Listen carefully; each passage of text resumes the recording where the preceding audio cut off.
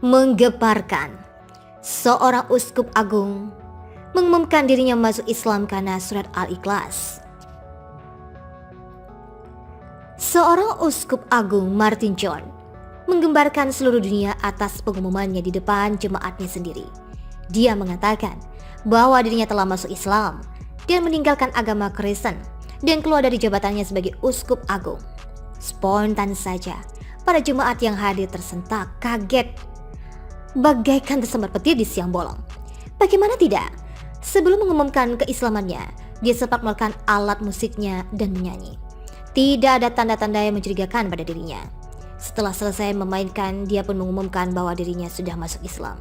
Mulai hari ini dan seterusnya, dia tidak akan hadir lagi sebagai uskup agung di gereja ini. Tanpa ada unsur paksaan dari siapapun dan sadar apa yang dikatakan bahwa dia sudah mantap untuk masuk Islam. Mereka tidak percaya atas pernyataan uskup agung bahwa mereka memanggil polisi untuk ditangkap karena sudah dianggap gila. Tak berapa lama kemudian polisi datang untuk menangkapnya dan menjebloskannya ke dalam penjara. Sheikh Ahmed Sikh datang untuk menyelamatkannya dan mengakuinya bahwa dia telah mengislamkannya. Apa yang menyebabkan seorang uskup agung masuk Islam? Inilah kisah perjalanan seorang uskup agung asal Uganda, Martin John.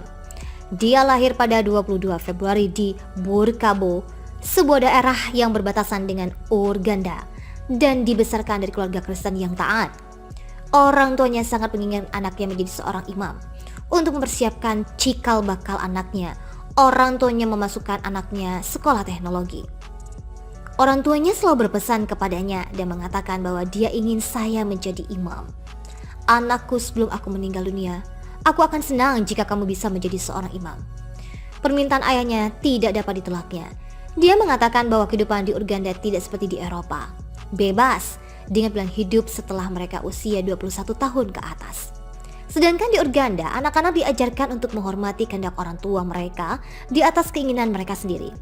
Dia pun berangkat ke Inggris untuk mengambil diploma dalam administrasi gereja dan setahun kemudian berangkat ke Jerman untuk mendapatkan gelar BA. Dia pun berhasil menempatkannya studinya. Setahun kemudian dia angkat menjadi pejabat uskup. Tak berapa lama kemudian dia sekolah lagi untuk mengambil master. Dia mengatakan, selama ini saya hanya melakukan tanpa bertanya. Saat itulah dia mulai mengambil gelar doktornya. Namun dia mulai bertanya dan mencari kebenaran yang selama ini dia tidak pernah bertanya. Sejak itulah dia mulai melakukan penelitian semua agama termasuk agama Islam. Saat dalam pencarian dia mendapatkan salinan Al-Quran, sebuah ayat yang telah mengubah pandangannya. Sebuah ayat yang menjadi pemikirannya sepanjang hari. Sebuah ayat yang selalu terlintas dalam pemikirannya. Dia mengatakan, ayat pertama yang saya temukan adalah, katakanlah, dia adalah Allah, yang satu-satunya Allah, yang kekal, mutlak. Dia tidak beranak dan tidak beranak, dan tidak ada yang seperti itu kepadanya. Surat Al-Ikhlas. Ayat itu menjadi referensi dia sebagai tesis dokternya. Saat itulah dia menemukan bahwa Al-Quran adalah satu-satunya kitab suci yang tidak dirusak oleh manusia sejak diturunkan. Dia mengatakan, saya tidak peduli apakah mereka memberi saya gelar dokter atau tidak. Itu adalah kebenaran dan saya sedang mencari kebenaran. Di saat dalam kebingungan mencari kebenaran, dia mencoba bertanya kepada seorang profesor Von Burger. Martin John bertanya kepadanya, dari semua agama di dunia, manakah yang benar? Islam, jawabannya. John kaget atas jawaban temannya karena dia bukan seorang muslim. Kenapa? Islam agama yang benar menurutnya?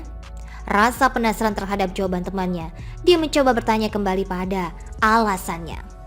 Kemudian dia berkata kepada John, alasan pertama dia benci orang Arab, dan kedua takut miskin, karena dia tidak mau semua hartanya diserahkannya kepada Islam. Semua itu muncul dalam imajinasinya. 1 tahun berlalu, namun jiwa John masih terombang-ambing. Ayat-ayat Al-Quran terus muncul dalam pikirannya. Orang-orang berpakaian putih terus berdatangan, terutama pada hari Jumat. Rasa gelisahnya terus menghantui dirinya. Tidak tahan hidup seperti ini untuk menjawab rasa gelisahnya, dia memutuskan untuk masuk Islam. Mimpi-mimpinya telah membimbingnya masuk Islam. Rekannya bertanya kepadanya, bukankah itu tahayul orang Afrika? Tidak, Saya tidak percaya bahwa semua mimpi itu buruk. Ada yang membimbing Anda ke arah yang benar, ada yang tidak. Dan yang ini khususnya membimbing saya ke arah yang benar menuju Islam, katanya. Setelah itu dia masuk Islam. Reaksi pertama yang didapatkan pihak gereja melucuti semua hartanya, rumah, mobil, dan sebagainya. Begitu juga dengan keluarganya tidak bisa menerima. Dia telah memaafkan mereka. Mereka hanyalah orang-orang tua yang tidak tahu. Mereka bahkan tidak bisa membaca Alkitab. Yang mereka tahu hanyalah apa yang mereka dengar dari pendeta yang membacakannya. Saat dalam pencarian dia mendapatkan salinan Al-Quran, sebuah ayat yang telah mengubah pandangannya, sebuah ayat yang menjadi pemikirannya sepanjang hari, sebuah ayat yang selalu terlintas dalam pemikirannya. Dia mengatakan, ayat pertama yang saya temukan adalah, katakanlah, dia adalah Allah, yang satu-satunya Allah, yang kekal, mutlak, dia tidak beranak dan tidak beranak, dan tidak ada yang seperti itu kepadanya. Surat Al-Ikhlas. Ayat itu menjadi referensi dia sebagai testis dokternya. Saat itulah dia menemukan bahwa Al-Quran adalah satu-satunya kitab suci yang tidak dirusak oleh manusia sejak diturunkan. Dia mengatakan, saya tidak peduli apakah mereka memberi saya gelar dokter atau tidak. Itu adalah kebenaran dan saya sedang mencari kebenaran.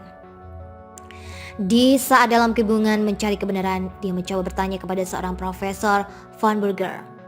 Martin John bertanya kepadanya, dari semua agama di dunia, manakah yang benar? Islam, jawabannya. John kaget atas jawaban temannya karena dia bukan seorang muslim.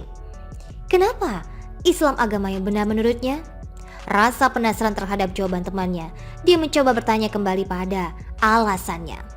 Kemudian dia berkata kepada John, alasan pertama dia benci orang Arab, dan kedua takut miskin, karena dia tidak mau semua hartanya diserahkannya kepada Islam. Semua itu muncul dalam imajinasinya.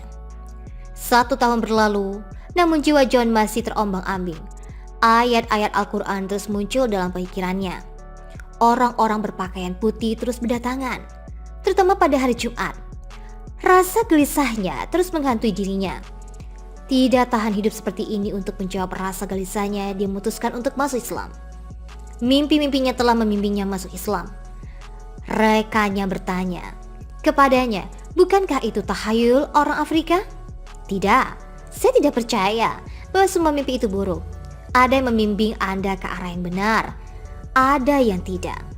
Dan yang ini khususnya membimbing saya ke arah yang benar menuju Islam, katanya. Setelah itu dia masuk Islam. Reaksi pertama yang didapatkan pihak gereja melucuti semua hartanya, rumah, mobil, dan sebagainya. Begitu juga dengan keluarganya tidak bisa menerima. Dia telah memaafkan mereka. Mereka hanyalah orang-orang tua yang tidak tahu. Mereka bahkan tidak bisa membaca Alkitab. Yang mereka tahu hanyalah apa yang mereka dengar dari pendeta yang membacakannya.